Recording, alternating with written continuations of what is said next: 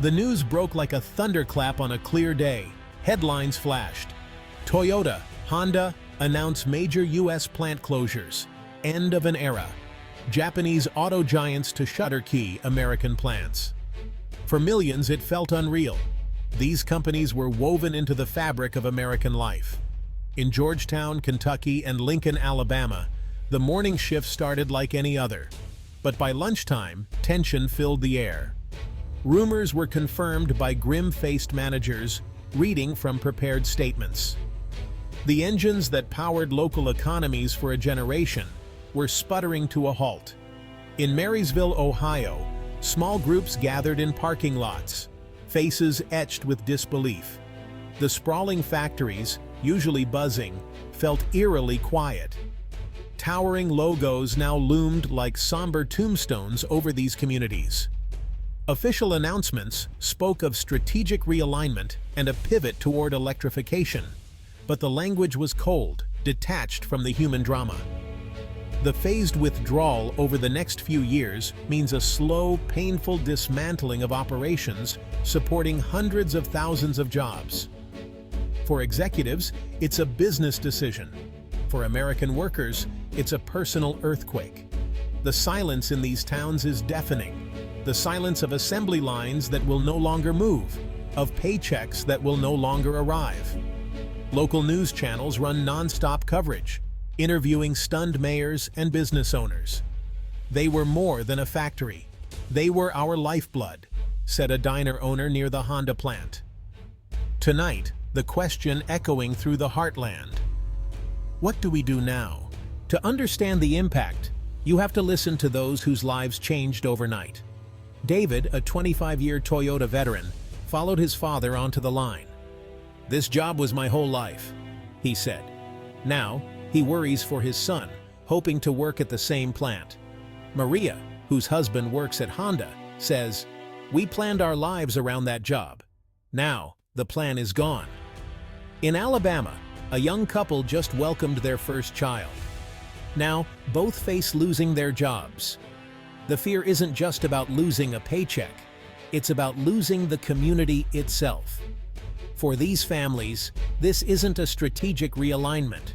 It's a personal crisis. The pain is real, and the path forward is unclear. To understand the shock, remember how Toyota and Honda became part of America. In the late 1970s and early 1980s, as U.S. automakers struggled, Japanese companies offered reliable, fuel-efficient cars. Their popularity soared, and soon they built cars in America. Honda led the way in 1982, rolling out the first Accord in Marysville, Ohio, a vote of confidence in American workers. Toyota followed in 1988, opening its massive Kentucky plant. They brought a new manufacturing philosophy, Kaizen, focused on continuous improvement and empowering workers. Over 4 decades, these factories became cornerstones of American manufacturing. They expanded across the South and Midwest, investing in people and communities. Generations grew up with the stability these plants provided. Camrys built in Kentucky, Odysseys in Alabama. These cars became as American as any Ford or Chevy. This integration makes their departure so painful. These companies didn't just operate here, they became part of the American identity. Their retreat feels like more than a business closing. It's the unraveling of a partnership that shaped modern American industry.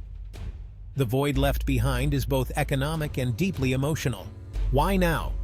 The answer is a perfect storm of global trends. The biggest driver, the worldwide race to electric vehicles. Toyota and Honda, once hybrid leaders, lagged in all-electric commitment. Now, global deadlines to phase out gas cars force massive investment in EVs. Many U.S. plants aren't designed for EV production. Retooling is costly. Building new EV facilities elsewhere is cheaper. Labor, healthcare, and regulatory costs in the U.S. are among the world's highest. In a hyper-competitive market, every dollar counts. Importing cars, even with tariffs, is often more attractive. The industry is shifting to software, autonomy, and data, requiring new skills and new locations. American factories, once prized, are now casualties of a global realignment. Industry experts say this isn't a collapse, but a strategic shift. Dr. Anna Weber, automotive analyst. This isn't 2008. The companies aren't failing. They're adapting for long-term survival. Toyota and Honda will keep a U.S. presence, headquarters, R&D, dealerships, but will import more vehicles. Dr. Weber, it's about global supply chains. They'll focus future U.S. investments on newer, more flexible plants. New, non-unionized EV and battery plants are opening across the South, but these jobs are in different states, require new skills, and often pay less. The result: massive workforce displacement, not a simple replacement. Experts agree. This is a painful but predictable result of a once-in-a-century industrial transformation. Every major technological shift brings painful dislocations. The challenge for America is to adapt, not resist. Toyota and Honda's moves signal the future is here. Communities must now grapple with the consequences. A factory closure is a stone dropped in a pond. The ripples touch everything. Small businesses in the supply chain lose their lifeline. For many, it's a death sentence. With thousands of jobs gone, consumer spending plummets. Restaurants, hardware stores, and real estate all feel the chill. Property values drop, tax bases erode, and public services suffer. Schools, police, and roads all face cuts. The social fabric frays. Charities see more demand, donations dwindle, and stress rises. The town's identity, once a Toyota or Honda town, fades, leaving a community adrift. The domino effect is a slow, creeping crisis that hollows out a town from within. The closures sent shockwaves through Washington and Union halls. Lawmakers from affected states demanded answers and vowed to fight for workers. The UAW called the closures a result of corporate decisions to prioritize profits over people, using the moment to push for stronger worker protections. Other automakers issued statements of support, but privately saw validation for their own strategies. The closures reignited debates over industrial policy, globalization, and America's economic future. Some politicians call for protectionist measures. Others warn against stifling innovation. For workers, these debates feel distant.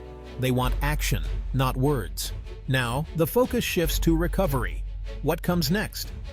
Rapid response teams help workers file for benefits and manage the transition. The central challenge: retraining workers for new jobs in EVs, robotics, and advanced manufacturing. Community colleges scramble to create new programs, but it's a monumental task. Towns that bet everything on one employer now scramble to diversify. Economic development councils work to attract new industries: renewables, aerospace, logistics.